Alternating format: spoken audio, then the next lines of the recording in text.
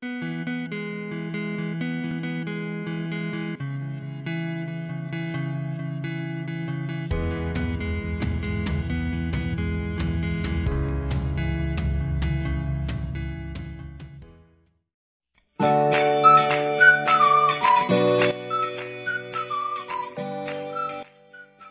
there, I'm Hagai.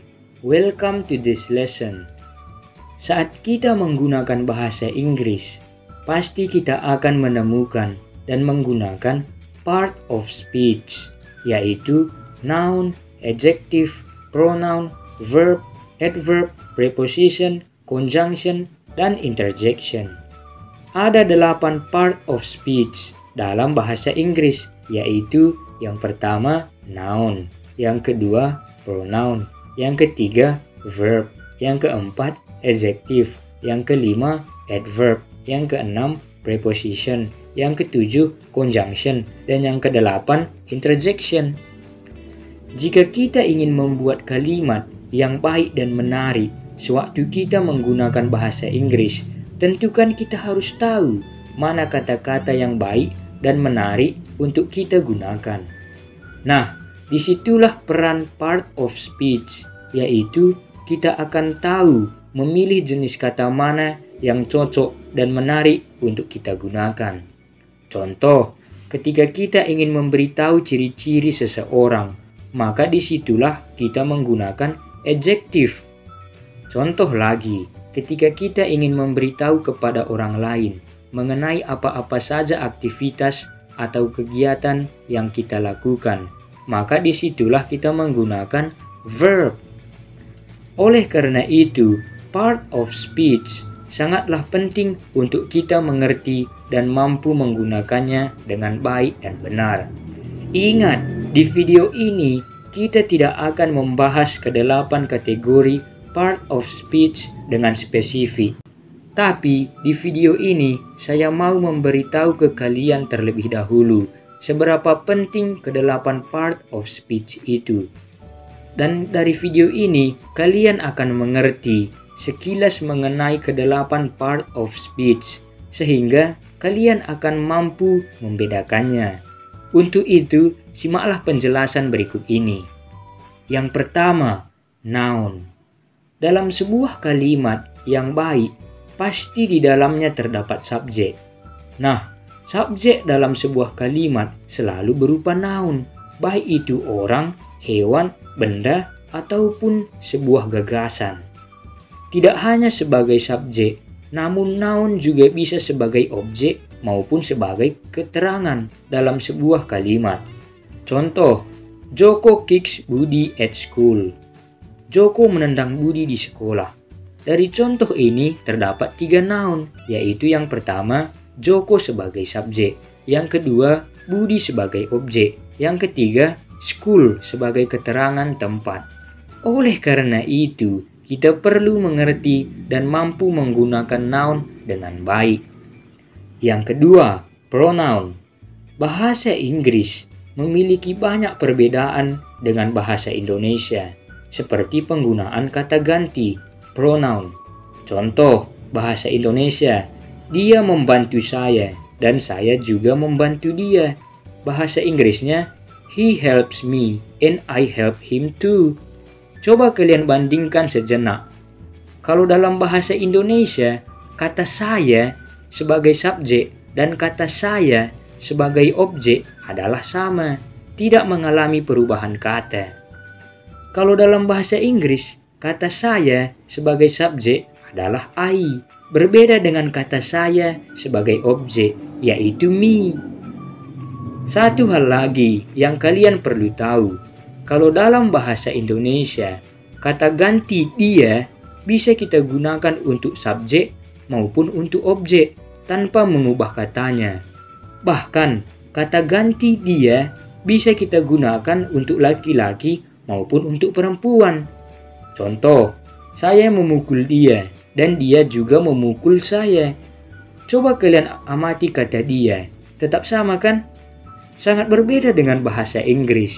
Kalau dalam bahasa Inggris, kata ganti dia harus jelas apakah dia adalah laki-laki atau perempuan.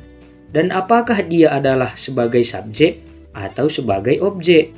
Karena kata yang digunakan berbeda. Kalau laki-laki sebagai subjek, gunakan he. Kalau laki-laki sebagai objek, gunakan him. Kalau perempuan sebagai subjek, gunakan she. Kalau perempuan sebagai objek, gunakan her. Contoh, bahasa Inggris. I love her and she loves me too. Bahasa Indonesianya, saya mencintai dia dan dia juga mencintai saya. Kita harus pandai menggunakan pronoun dengan benar. Jika tidak, maka akan membuat lawan bicara kita bingung atau bahkan bisa menertawakan kita. Contoh, kalau kalian laki-laki, jangan katakan I like and love him so much. Kalau kalian mengatakan begini, maka orang bisa mengira kalian adalah homo.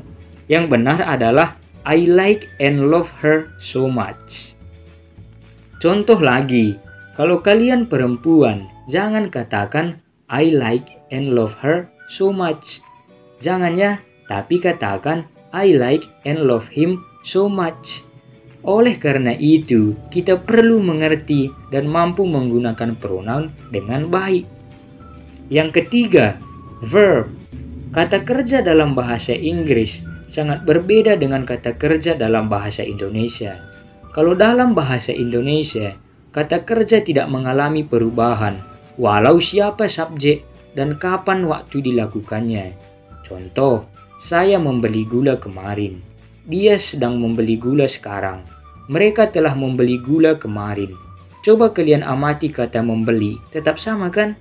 Tapi, kalau dalam bahasa Inggris, kata kerja bisa berubah tergantung subjek dan kapan waktu dilaksanakannya. Contohnya, kata kerja buy yang bisa berubah menjadi buys, buying, bought. Dalam simple present tense, kita menggunakan kata kerja buy dengan subjek I, you, we, dan they. Sedangkan kita menggunakan kata kerja buys dengan subjek she, he, dan it. Contoh, they buy sugar at the market every morning. He buys sugar at the market every morning. Dalam present continuous tense, kata kerja buy kita ubah menjadi buying. Contoh, he is buying sugar in the market now. Dalam past tense, kata kerja buy kita ubah menjadi bought. Contoh, he bought sugar in the market yesterday. Gimana? Berbeda kan dengan bahasa Indonesia? Oleh karena itu, kita perlu mengerti dan mampu menggunakan verb dengan baik. Ingat, walaupun bahasa Inggris sangat berbeda dengan bahasa Indonesia, namun itu akan bisa kita kuasai, asalkan jangan malas. Yang keempat, adjective. Ketika kita ingin menjelaskan dan mendeskripsikan mengenai noun maupun pronoun, maka disitulah kita menggunakan adjective. Ingat, adjective memiliki sangat banyak informasi mengenai sebuah noun maupun pronoun. Contoh, cup, cangkir. Kalau kita ingin memberi pendapat, maka kita bisa katakan, it's a great cup. Itu sebuah cangkir yang bagus. Kalau kita ingin berbicara mengenai ukuran, maka kita bisa katakan, it's a big cup. Itu adalah sebuah cangkir yang besar. Kalau kita ingin berbicara mengenai bentuk, maka kita bisa katakan, it's a round cup. Itu adalah cangkir yang bulat. Kalau kita ingin berbicara mengenai usia, maka kita bisa katakan, it's an old cup. Itu adalah cangkir tua. Kalau kita ingin berbicara mengenai warna, maka kita bisa katakan, it's a black cup. Itu adalah cangkir yang berwarna hitam, dan masih banyak lagi. Oleh karena itu, kita perlu mengerti dan mampu menggunakan adjektif dengan baik. Yang kelima, adverb. Adverb memberitahu kita informasi mengenai pertanyaan. Yang pertama, how, bagaimana suatu tindakan itu dilakukan. Contoh, quickly, loudly, peacefully, slowly, softly, beautifully, dan seterusnya. Yang kedua, when, kapan atau seberapa sering sesuatu itu terjadi. Contoh, now, always, then, tomorrow, never, sometimes, dan seterusnya. Yang ketiga, where, di mana sesuatu itu terjadi. Contoh, inside, outside, here, there, anywhere, down, above, dan seterusnya. Yang keempat, to what extent, sejauh mana sesuatu itu terjadi. Contoh, almost, barely, very, extremely, too, enough, dan seterusnya. Oleh karena itu, kita perlu mengerti dan mampu menggunakan adverb dengan baik. Yang keenam, preposition. Dalam bahasa Inggris, pasti kita sering bertemu dengan kata-kata ini. At, on, in, to, by, for, between, with, under, below, dan seterusnya. Ini adalah beberapa contoh dari preposition. Pertanyaan, apakah kalian sudah tahu kapan dan bagaimana kita menggunakan kata-kata tersebut?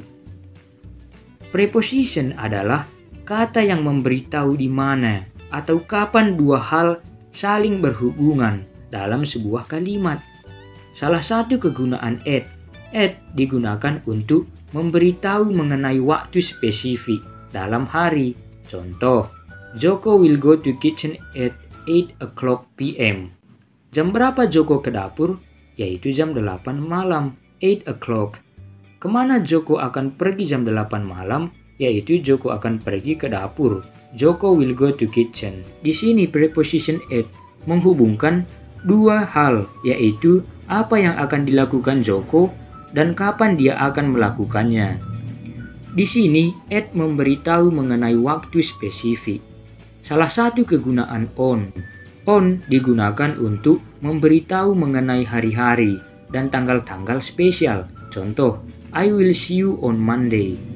Salah satu kegunaan in. In digunakan untuk memberitahu mengenai waktu, bulan, tahun, dan musim. Contoh, I was born in 1999. Kita akan sering menemukan dan menggunakan preposition dalam bahasa Inggris. Oleh karena itu, kita perlu mengerti dan mampu menggunakan preposition dengan baik. Yang ketujuh, conjunction. Conjunction berfungsi untuk menghubungkan bagian-bagian dalam kalimat, baik itu words, kata, phrases, frasa, dan clauses. Contoh, conjunction and. When you go to Medan, you must try rendang and lontong. Di sini, conjunction and menghubungkan dua kata, yaitu rendang dan lontong. Conjunction or. My cell phone is either on the table or in the drawer. Di sini, conjunction or menghubungkan dua frasa, yaitu on the table dan in the drawer. Conjunction but. Joko went to see his girlfriend, but she wasn't in her house. Di sini, conjunction but menghubungkan dua klausa, yaitu Joko went to see his girlfriend dan she wasn't in her house. Ini adalah beberapa contoh penggunaan conjunction. Kita akan sering menemukan dan menggunakan conjunction dalam bahasa Inggris. Oleh karena itu, kita perlu mengerti dan mampu menggunakan conjunction dengan baik. Yang kedelapan, interjection. Kita menggunakan interjection untuk mengekspresikan perasaan kita. Misalnya, perasaan terkejut, perasaan gembira, perasaan sedih, perasaan khawatir, perasaan marah, dan seterusnya. Hah? Are you kidding? Hah? Apakah kamu sedang bercanda? Interjection ha biasanya digunakan ketika seseorang terkejut. Aha, so you were the one who made fun of me last night. Aha, jadi kamu yang semalam mengejek saya. Interjection aha biasanya digunakan ketika seseorang tiba-tiba menyadari sesuatu atau ketika seseorang mendapat ide. Super, that's incredible. Super, itu luar biasa. Interjection super biasanya digunakan ketika seseorang merasa takjub atau terpesona mengenai sesuatu hal. Interjection akan lebih sering kita temui di percakapan daripada di tulisan. Oleh karena itu, kita perlu mengerti dan mampu menggunakan interjection dengan baik. Gimana? Apakah memahami part of speech penting menurut kalian? Coba kalian bayangkan jika kalian nggak paham, kan susah. Saya sudah membahas mengenai ke-8 part of speech. Untuk link videonya, kalian bisa lihat di deskripsi. Jika kalian belajar hal baru dari video ini, jangan lupa klik like and subscribe-nya ya. Kalau ada materi bahasa Inggris yang kalian sulit untuk mengerti, kalian bisa tulis di kolom komentar, biar kita bahas di video berikutnya. See you!